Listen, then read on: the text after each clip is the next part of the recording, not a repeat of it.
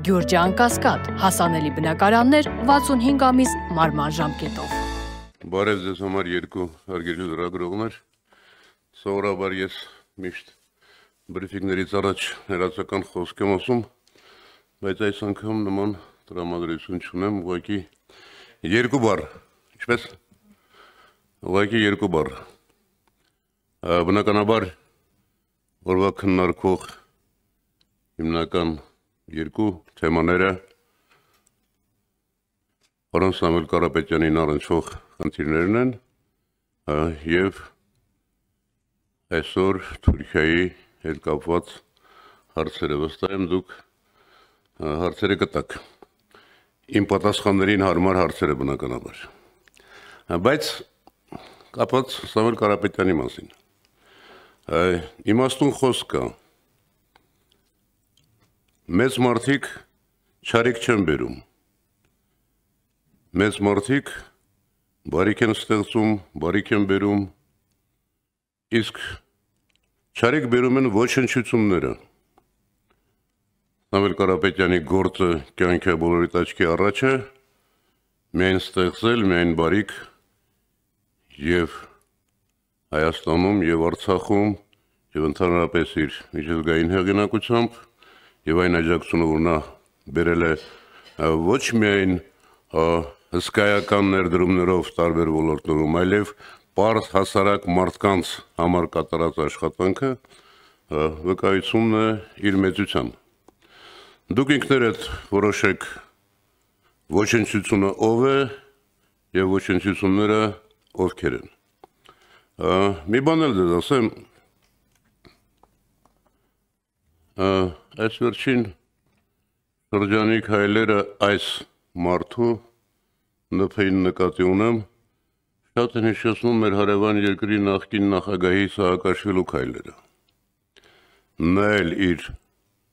վախճանը գտավ վրացական եկեղեցու դեմ պայքար սկսելով և վրաց ժողովուրդը շատ կտրուկ, շատ միասնաբար հակադարձեց դրան։ Նա էլ երկար տարիներ ասում էր, բա գիտեք, այսպիսի մի միլիարդատեր կա, մեծահարուստ կա, որը հսկայական գործ է անում, Վրաստանում հսկայական ներդրումներ է անում, և արդեն իր իշխանության վերջին տարիներին սկսեց այդ մարդու հանդեպ հալածանք, փորձել ձերբակալել և այլն։ Նմանությունները և զարգացումները կարծում եմ շատ համընկնում են և վախճանն էլ կարծում եմ այդպես է լինելու։ Եվ երեկ մի հետաքրքիր գրառում կար, որ Ադրբեջանը 2021 թվականի հունիսի 18-ին միջազգային հետախուզում է հայտարարում Սամվել Կարապետյանի հանդեպ և 4 տարի հետո նույն օրը Հայաստանի իշխանությունները կալանավորում են Սամվել Կարապետյանին։ Ես վստահեցնում եմ ձեզ, Սամվել Կարապետյանը ուժեղ կամային մարդ է և այս հերթական ապօրինությունը այս իշխանությունը չի մարսելու։ Եվ երբ սկսում եմ խոսել, չեմ կարողանում կանգ առնել, ընդհատեք ինձ, երբ մի քանի օր առաջ այդ մարդը ՆՓ-ն ասում էր, որ չենք հանդուրժի որևէ սպառնալիք Հայաստանի Հանրապետության հանդեպ Հայաստանի հեղինակության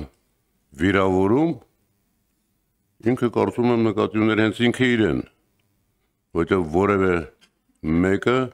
չի կարող Սամվել Կարապետյանի խոսքը ի պաշտպանություն եկեղեցու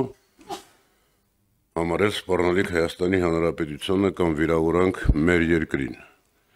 Եվ ամենատիպական այստեղ այն է, որ սրանք արդեն սկսել են խոսել մենք Հայաստանի Հանրապետությունը։ Արարատ Միրզոյանն էր կարծեմ ասել վերջերս, դուք Հայաստանի Հանրապետությունը չեք։ Դուք Հայաստանի Հանրապետության ամենան եք։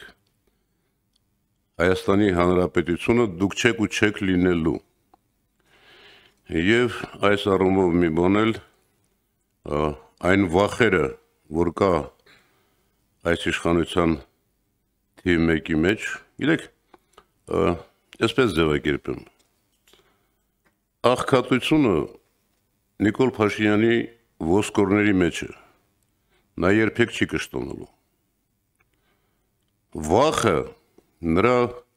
կակուղ փափուկ հյուսվածների մեջ է, որը երբեք չի անցնելու այդ վախը հաղթահարելու համար, նա փորձելու է ցանկացած քայլի դիմել։ Երրորդը սուտն է, կեղծիքն է, որ նա ցանկացած բան կարող է 180 աշճան շրջել եւ ամեն օր ասել տարբեր բաներ։ Այսքան է իբրև փոքրիկ նախաբան, խնդրեմ ձեր հարցերը։ Եվ մի բան էլ ասեմ, երեկվա խոսքից էլ մի բան ասեմ, որ հաջողության պատմություն է որակում 2022 թվականի Պրագայի իր հայտարարությունը Արցախը Ադրբեջանի կազմում ճանաչելը։ Հայ ժողովուրդը հազարամյակներով, 100 հազարներով ապրել է իր բնորանում, այդ բնորանից հայ մարդկանց այսօրվա էթնիկ զտումը, Արցախի հոգևոր մշակութային ժառանգության ոչնչացումը, այս բանը համարում է հաջողության պատմություն։ Իր համար, իրենց համար հաջողության պատմությունը իրենց այսօրվա կյանքն է, ոստիկանական հազարավոր մարդկանցով շրջապատված լինելը, 20-25 մեքենայով շրջելը, դաչաներում, Սևանում խրախճանքներ կազմակերպելը եւ փորձել սա ներկայացնել իրենց իբրև Հայաստանի Հանրապետություն։ Կրկնում եմ, իրենք Հայաստանի Հանրապետության հետ որևէ ազգակցական նույնիսկ հեռավոր կապ չունեն։ Շնորհակալ եմ։ Հարցեր։